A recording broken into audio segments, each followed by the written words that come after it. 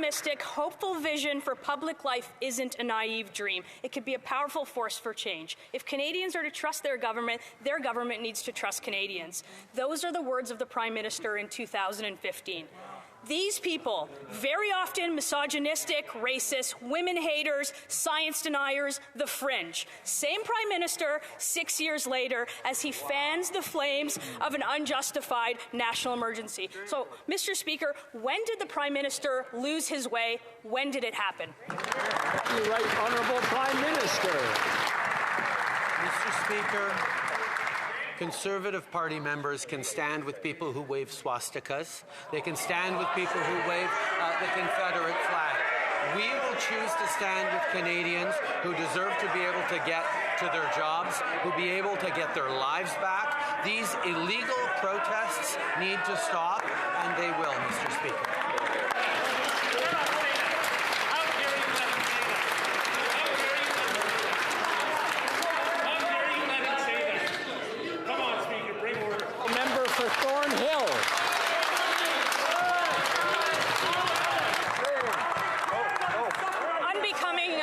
Unbecoming as a Prime Minister.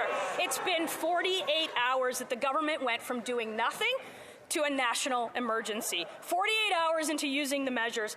48 hours without providing Parliament with a justification. So my question is simple. When will the Prime Minister admit that he's lost control of the situation, that he's lost control of his country, that he's lost control of his caucus, and that he's lost control of his leadership? Mr. Speaker, I've never seen such shameful and dishonourable remarks coming from this Prime Minister. My great-grandfather flew over 30 missions over Nazi Germany. My great-great-uncle's body lies at the bottom of the English Channel. There are members of this Conservative caucus who are the descendants of victims of the Holocaust. For the Prime Minister to accuse any colleague in this House of standing with the swastika is shameful. I'm giving the Prime Minister an opportunity. I'm calling on him to unreservedly apologize for this shameful remark.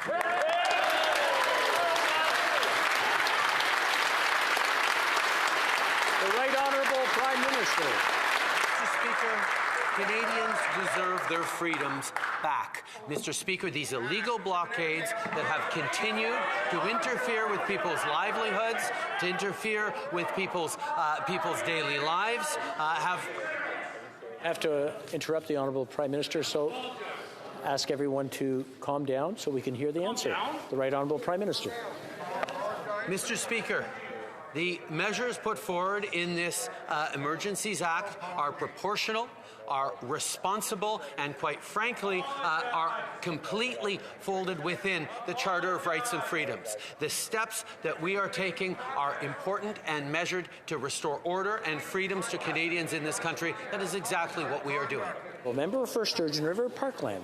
Mr. Speaker, the lack of an apology from that Prime Minister speaks volumes. I have given this Prime Minister an opportunity to retract a shameful remark where he would accuse any honourable member of this House to stand with a swastika. As I said before, we have colleagues who are the descendants of victims of the Holocaust. I'm giving the Prime Minister one more chance. Will he apologize to all members of this House? The Right Honourable Prime Minister.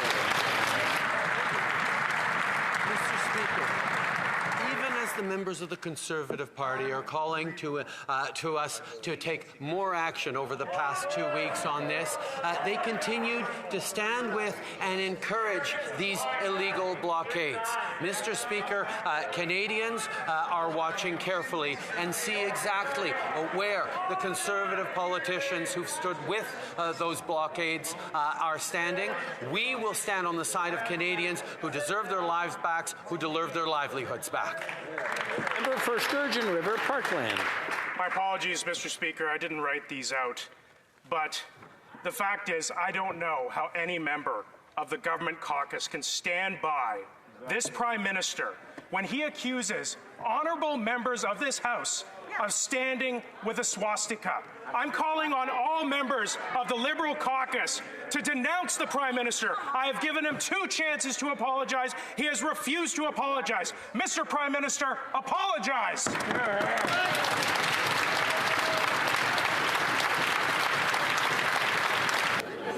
Now we have a point of order. The Honourable Member for Thornhill. Mr. Speaker, I am a strong Jewish woman and a member of this House and a descendant of Holocaust survivors, and I have never it's never been singled out, and I have never been made to feel less, except for today when the Prime Minister accused me of standing with swastikas.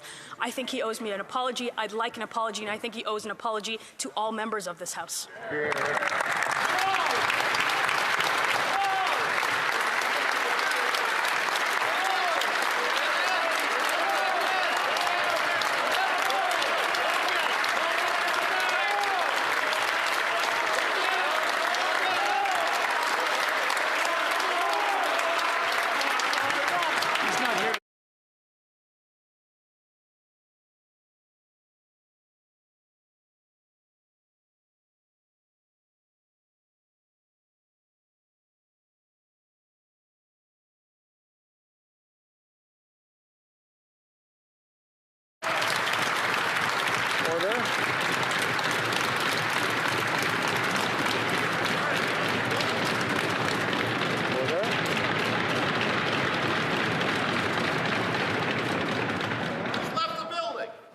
I want to encourage all members to be as judicious as possible when using words in this chamber.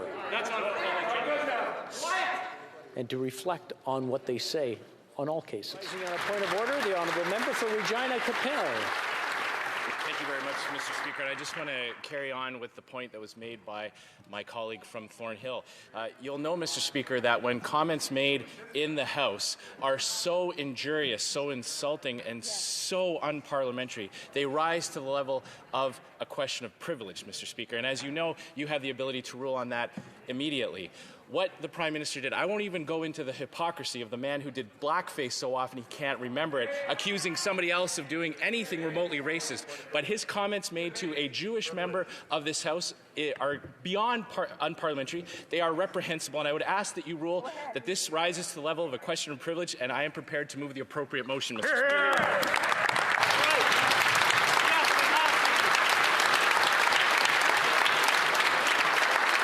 I will take that under advisement and return to the House should I see fit.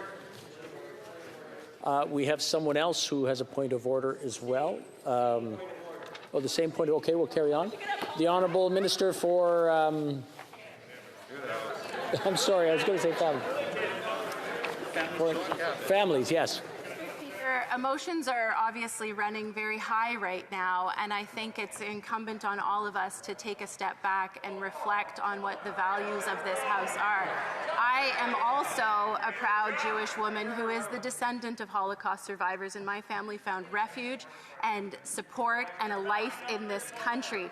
And Mr. Speaker, we must listen to each other, and we must assure that no one in this House is standing with those who support white supremacy, who support Nazi views, who look to contribute and enable racist views. And Mr. Speaker, I would ask that all of us in this House use our words judiciously, including the member opposite who just yelled out something completely inappropriate, because all of us have reason to be here, and I would call on the members opposite not to stand with those who are sharing those views, because how does it feel as a person in this House seeing colleagues taking pictures with people who are looking to overthrow the government? That's what I ask those colleagues to do.